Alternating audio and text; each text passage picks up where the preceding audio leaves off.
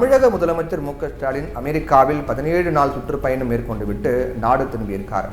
தனது அமெரிக்க பயணம் சாதனைமிக்க வெற்றிகரமான பயணம் என்று அவர் தெரிவித்திருக்கார். பயணம் முடிந்து திரும்பிய முதலமைச்சர் மு.க.ஸ்டாலின் செய்தியாளர்களிடம் பேசும்போது, அமெரிக்க பயணம் தமிழ்நாட்டு மக்களுக்கு சாதனைக்குரிய பயணமாக அமைந்துள்ளது. உலகின் தலை சிறந்த 25 நிறுவனங்களை சந்தித்ததில் 19 நிறுவனங்களுடன் புரிந்துணர்வு ஒப்பந்தங்கள் மேற்கொள்ளப்பட்டன. 7,618 கோடி மதிப்பிலான ஒப்பந்தங்கள் மூலம் 11,516 பேருக்கு வேலை வாய்ப்பு கிடைக்கும் அப்படின்னு சொல்லியிருக்காரு. தமிழகத்திற்கு வரும் 7,000 கோடி முதலீடு என்பது சாதாரணமான விஷயம் கிடையாது.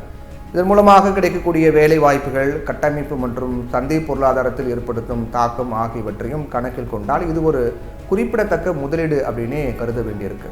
ஆனால் இந்த பயணம் குறித்து பாட்டாளி மக்கள் கட்சியினுடைய தலைவர், நிறுவன தலைவர் டாக்டர் ராமதாஸ் சொல்லியிருக்கக்கூடிய சில விஷயங்களையும் நாம் கவனிக்க வேண்டும். பாமகவுடைய நிறுவனர் அமெரிக்காவின் சான் பிரான்சிஸ்கோ, சிகாகோ ஆகிய நகரங்களில் 17 நாட்கள் சுற்றுப்பயணம் மேற்கொண்ட முதலமைச்சர் மு.க.ஸ்டாலின் தலைமையிலான குழுவினர் 18 நிறுவனங்களோட பேச்சுவார்த்தை நடத்தி 7,616 கோடி முதலீட்டை ஈர்ப்பதற்கான உடன்பாடுகளை கையெழுத்திட்டிருக்காங்க.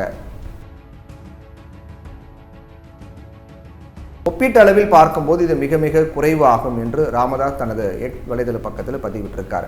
தொழில் முதலீட்டை ஈர்ப்பதற்காக தமிழக அரசு ஒப்பந்தம் செய்து கொண்டுள்ள நிறுவனங்களில் பெரும்பாலானவை ஏற்கனவே தமிழ்நாட்டில் செயல்படுத்தப்பட்டு வருவதுதான்.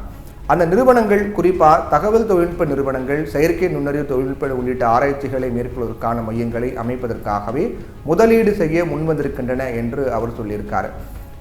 மறுக்க முடியாது, உலகின் 4ஆம் தலைமுறை தொழில் புரட்சி நடைபெற்று வரும் நிலையில் இத்தகைய ஆய்வு மையங்கள் அமைக்கப்படுவதும் அதற்காக முதலீடு செய்யப்படுவதும் இயல்பாக நடக்கக்கூடியவைதான். ஒருவேளை இதற்கான முதலீடுகளை ஈர்ப்பதாக இருந்தாலும் கூட சம்பந்தப்பட்ட நிறுவனங்களுடன் தகவல் தொழில்நுட்ப அமைச்சரும் செயலாளரும் பேச்சு நடத்தி சாதித்திருக்கலாம். இதற்காக முதலமைச்சர் அவர்கள் தம்மை வருத்தி கொண்டு அமெரிக்கா சென்றிருக்க வேண்டுமா என்கிற கேள்வியும் எழுப்பப்படுது.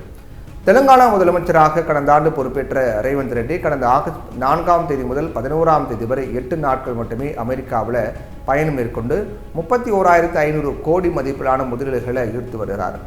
மொத்தம் 19 நிறுவனங்களுடன் தெலுங்கானா அரசு செய்து கொண்ட ஒப்பந்தங்களின் மூலம் அம்மாநிலத்திற்கு கிடைக்கும் இருப்பவை தாராளமான முதலீடுகள். அதே போல கர்நாடகாவில் கடந்த ஆண்டு புதிதாக பொறுப்பேற்ற சித்தராமையா தலைமையிலான அரசின் சார்பில் அம்மாநில தொழில்துறை அமைச்சர் MP பாட்டீல், தகவல் தொழில்நுட்பத்துறை அமைச்சர் பிரியங்க் கார்கே தலைமையிலான குழுவினர் கடந்த ஆண்டு அக்டோபர் மாதம் அமெரிக்காவில் மேற்கொண்ட சுற்றுப்பயணத்தின் மூலமாக 25,000 கோடி முதலீடுகளை ஈர்க்க உறுதி பெற்று வந்தாங்க.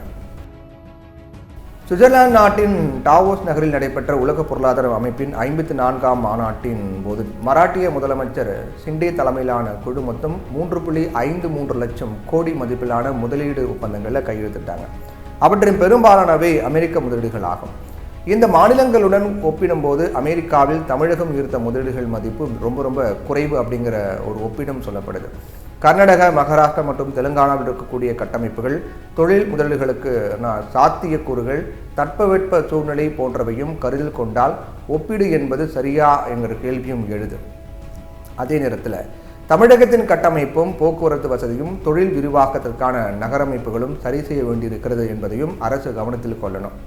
எல்லாவற்றுக்கும் மேலாக உள்நாடு மற்றும் வெளிநாட்டு முதலீட்டாளர்களுக்கு உள்ளூர் அரசியல்வாதிகள், கட்ட பஞ்சாயத்து செய்யக்கூடிய அரசியல்வாதிகளிடமிருந்து பாதுகாப்பு அளிப்பது எல்லாவற்றையும் விட மிகவும் முக்கியமானது. இத்தகைய குறைபாடுகளை தமிழக அரசு சரி செய்து விட்டால் நிச்சயமாக தமிழகம் எல்லா மாநிலங்களையும் விட தொழில்துறையில் உச்சத்தை எட்டும்.